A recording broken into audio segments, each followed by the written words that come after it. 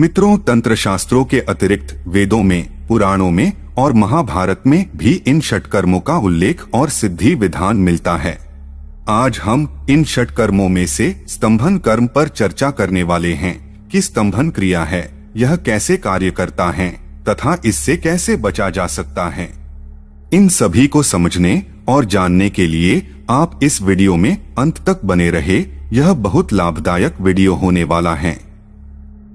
मित्रों, स्तंभन क्रिया 3 प्रकार की होती है, जिसे मंत्र साध्य, औषधि साध्य और इंद्रजाल साध्य से जानते हैं। क्रम से ये तीनों भेद उत्तम, मध्यम और अधम माने गए हैं। किसी भी वस्तु, व्यक्ति को स्तंभित करना, निश्चेष्ट स्थिर करना ही स्तंभन है। मित्रों, स्तंभन क्रिया तंत्र की महत्वपूर्ण क्रिया है, जिसका उल्लेख प्रत्येक तंत्र ग्रंथ और तांत्रिक की विधियों में होता है। स्तंभन शक्ति को सही से समझने के लिए हमें स्तंभन शब्द का अर्थ सही से समझना होगा और इसके प्रयोग को समझने से पहले हमें इसके अस्तित्व को जानना होगा। मित्रों, स्तंभन का अर्थ है किसी भी वस्तु या व्यक्ति विशेष को रोक देना या किसी बंधन में बांध देना। तंत्र में स्तंभन क्रिया समझने से पहले हमें यह समझना होगा कि सृष्टि में स्तंभन किस प्रकार से विद्यमान है। विज्ञान भी मानता है कि अभिग्रह और पृथ्वी भी अपनी आवृत्ति एक निश्चित समय में पूरा करते हैं और अपने एक्सिस पर घूमते हैं, तो यह स्तंभन के बिना संभव नहीं है। ये सूर्य, पृथ्वी और संपूर्ण सृष्टि का जो संतुलन है वह कहीं न कहीं स्तंभन शक्ति के द्वारा ही संभव हो पाता है। हमारे जीवन में भी संतुलन लाने वाली सभी अवस्थाओं को कहीं न कहीं स्तंभन शक्ति के द्वारा ही माना जा सकता है, क्योंकि स्तंभन को हम अगर सकारात्मक रूप से देखें तो उसका अर्थ स्थिरता भी है और स्थिरता के बिना संतुलन नहीं आ सकता। मित्रों, स्तंभन तंत्र का प्रयोग करके अपने बुरे विचारों, बुरे कर्मों का स्तंभन करके रोका जा सकता है। परंतु दूसरा पहलू यह भी है कि स्तंभन शक्ति का प्रयोग तांत्रिक किसी पर बंधन क्रिया भी करते हैं, लेकिन यह प्रयोग निसंदेह प्रकृति के नियम के विरुद्ध होता है। जिस पर यह प्रयोग किया जाता है उसकी जीवन शक्ति क्षीण हो जाती है और आर्थिक संतुलन से लेकर मानसिक और जैविक संतुलन भी बाधित होता है। स्तंभन शक्ति का दुरुपयोग अत्यधिक रूप में किसी के शुभ कार्य, जीवन की उन्नति और पारिवारिक विकास को बाधित करने के लिए किया जाता है।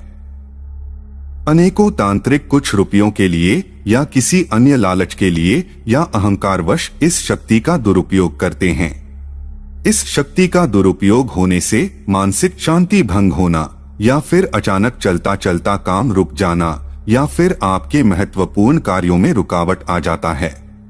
यदि साधारण भाषा में कहे तो इस क्रिया के द्वारा किसी को किसी विशेष समस्या में डाल दिया जाता है। इसके प्रयोग से व्यक्ति के समक्ष ऐसी स्थिति उत्पन्न हो जाती है कि वह व्यक्ति केवल उसी समस्या के वर्तुल में फंसकर उसी के इर्द गिर्द चक्कर लगाता रहता है और उन्नति नहीं कर पाता है। जिसके ऊपर इस विद्या को साधा जाता है तो उस व्यक्ति की बुद्धि पूरी तरह से बंध जाती है, किसी भी कार्य को करने में रुचि नहीं रहती है और काम में रुकावट उत्पन्न हो जाता है। व्यक्ति ज्यादातर घर में ही रहना पसंद करता है, किसी से मिलने और घर से बाहर निकलकर अपने कार्य को संपन्न करने के लिए व्यक्ति तैयार होता है, लेकिन अचानक से उसका मन बदल जाता है। व्यक्ति बहुत आलसी बन जाता है और वह छोटे छोटे काम को भी करने में थकावट महसूस करने लगता है। घर में जब भी किसी काम को करने का विचार होता है तो घर के सभी परिवार में अकारण ही विवाद शुरू हो जाता है। व्यक्ति समझ नहीं पाता है कि यह विवाद क्यों हुआ है, उसके सभी विकास के द्वार बंद हो जाते हैं। मित्रों, आइए अब हम आपको इसके बचाव के उपाय को बताते हैं। मित्रों, अगर आपको भी लगता है कि हमारे ऊपर किसी ने स्तंभन क्रिया का प्रयोग किया है या फिर आपको कुछ ऐसे संकेत मिलते हैं जिसे हमने बताया है, तो आप इससे बचाव के लिए हमारे द्वारा बताए गए मार्ग का चयन अवश्य करें। इससे आपके ऊपर जितने भी तंत्र मंत्र, टोने टोटके आदि विद्या हैं वे सभी नष्ट हो जाएंगे और आपके दुश्मन भी शांत हो जाएंगे। स्तंभन क्रिया को काटने और इससे छुटकारा पाने के लिए माता बगलामुखी का आराधना सबसे उत्तम माना गया है।